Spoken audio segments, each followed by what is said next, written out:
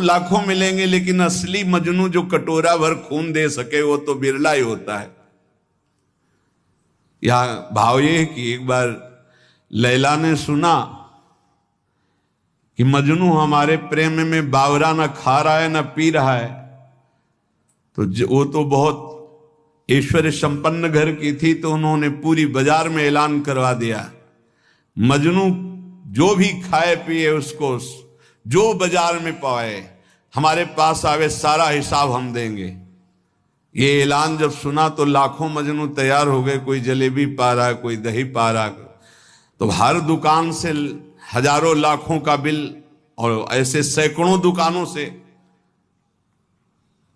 तो आदेश कर दिया था सबका हिसाब हो जाता। एक दिन प्रार्थना की खजांची ने कि करोड़ों रुपया जा रहे हैं महीने में मजनू की सेवा में, तो उन्होंने कहा मजनू और करोड़ों रुपया, अरे वो विरह में कुछ खा ही नहीं सकता तो कैसे करोड़ों रुपया। बोले लाखों मजनू तैयार हो गए हैं, ठीक है, असली मजनू की पहचान कल हो जाएगी। बोलू लैला मिलना चाहती है मजनू से अमुक मंच पर। अब तो जो देख भी नहीं पाते थे वो भी जो मजनू बने हुए रबड़ी रसगुल्ला वाले मजनू थे वो सब आ गए। चाकू निकाली और कहा मेरा मजनू मेरे लिए छाती का खून दे। तो जितने रबड़ी रसगुल्ला वाले थे कदम पीछे सरकने लगे, और जो असली मजनू था वो आया और ऐसे हाथ से चाकू ली और कहा आज मेरा जीना सार्थक हो गया, क्योंकि तुम्हारे किसी काम में आ गया। और जो ये से मारने किया, पकड़ लिया, कहा असली मजनू ये है। तो वहां कह रहे हैं कि दूध और रबड़ी पीने वाले तो लाखों मजनू तैयार हो जाते हैं, लेकिन असली मजनू जो एक कटोरा खून दे सके वो तो बिरला ही होता है। ऐसे ही कह रहे कि रबड़ी रसगुल्ला खाना, प्रणाम नमस्कार करना, भेंट लेना लाखों भगत, लेकिन भगवान के लिए जीवन अर्पित करने वाला, भगवान के लिए तड़पने वाला, भगवान के लिए अपना सर्वस्व न्यौछावर करने वाला, ऐसा तो कोई बिरला ही प्रेमी होता है। ऐसा भक्त ईश्वर के से भी बढ़कर है। सातों सम मुहिमय जग देखा और मोते अधिक संत कर लेखा। एक भक्त प्रवर कालिदास जी हुए हैं जो इसी कोटि के महापुरुष थे। अद्वितीय भक्त निष्ठा उनकी थी। भगवत निष्ठा अद्वितीय उसी की मानी जाती जो भक्त निष्ठा होती है। भक्त निष्ठा वाला भगवान निष्ठ जरूर होगा और भगवान निष्ठा वाला भक्त निष्ठ जरूर होगा। कालिदास जी श्री रघुनाथ दास गोस्वामी के गांव से 1.5 कोस दूर रहते थे, उसी कुल के थे, और ठीक वैसे ही भक्ति थी जैसे पूज्य रघुनाथ दास गोस्वामी की। भगवान नाम में इनकी इतनी निष्ठा थी कालिदास जी की, उठते बैठते सोते जागते खेलते हंसते बात करते हर समय इनकी जिह्वा पे नाम चलता रहता। अगर ये कुछ बोलते तो पहले नाम बोलते फिर चर्चा करते। देखो प्रायः सत्संग में कहा है कि अगर आप नाम जापक उपासक हो तो चिंता मत करो, पर आपको जब बात करनी तो पहले धीरे से बोलो राधा, फिर बात करो, बीच में फिर बोलो राधा, फिर जब बात का विश्राम करो राधा। अगर इतनी सावधानी रखोगे तो पूरी बात जो आपने की वो भजन हो जाएगा आपका।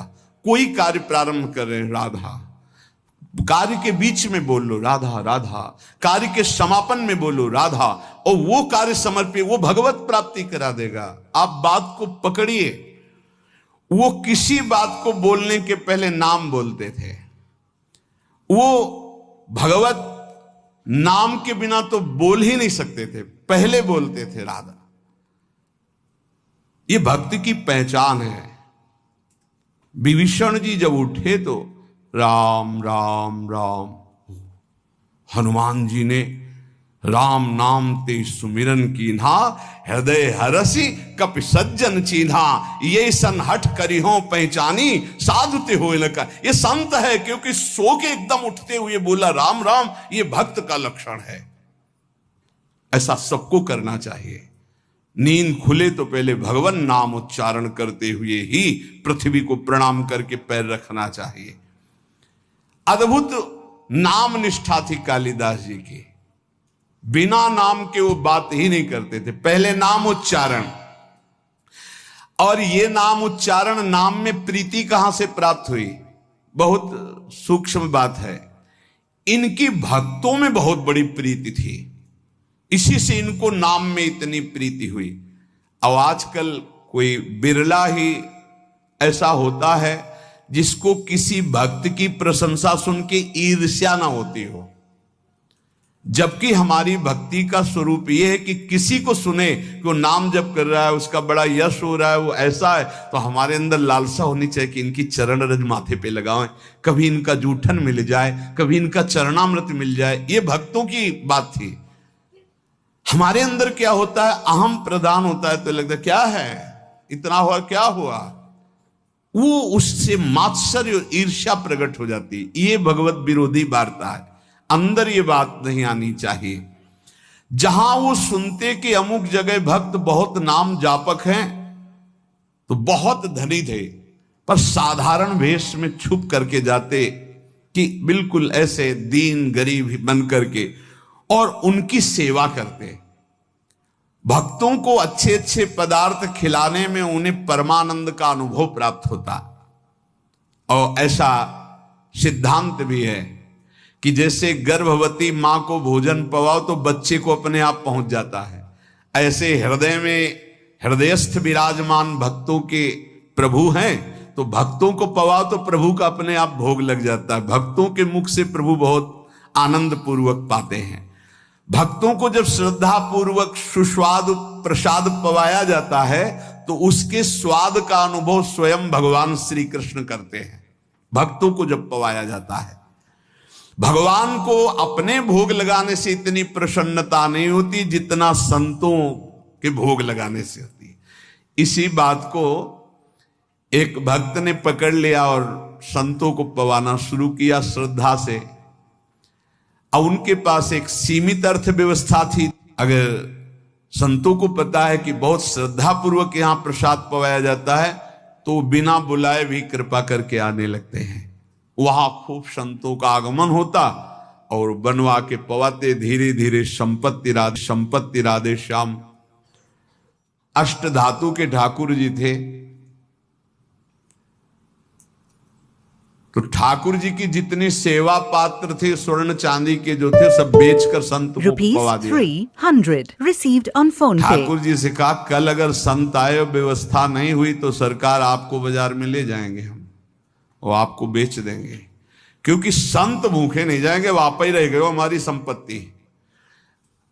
भगवान ने कहा कि हमारे संबंध से तो संतों को, बस आप संतों के पाने से प्रसन्न होते हैं, ये मैंने सुना है।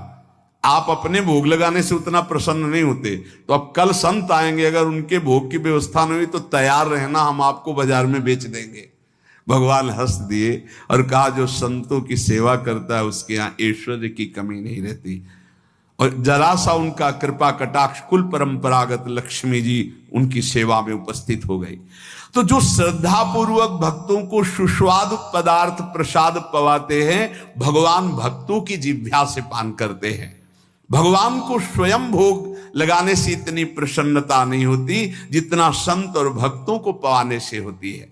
भक्तों को खिलाकर और उनका किसी भी तरह से उच्छिष्ट पाना, ये इनका स्वभाव था कालिदास जी का, इसीलिए इनके निरंतर नाम चलता था।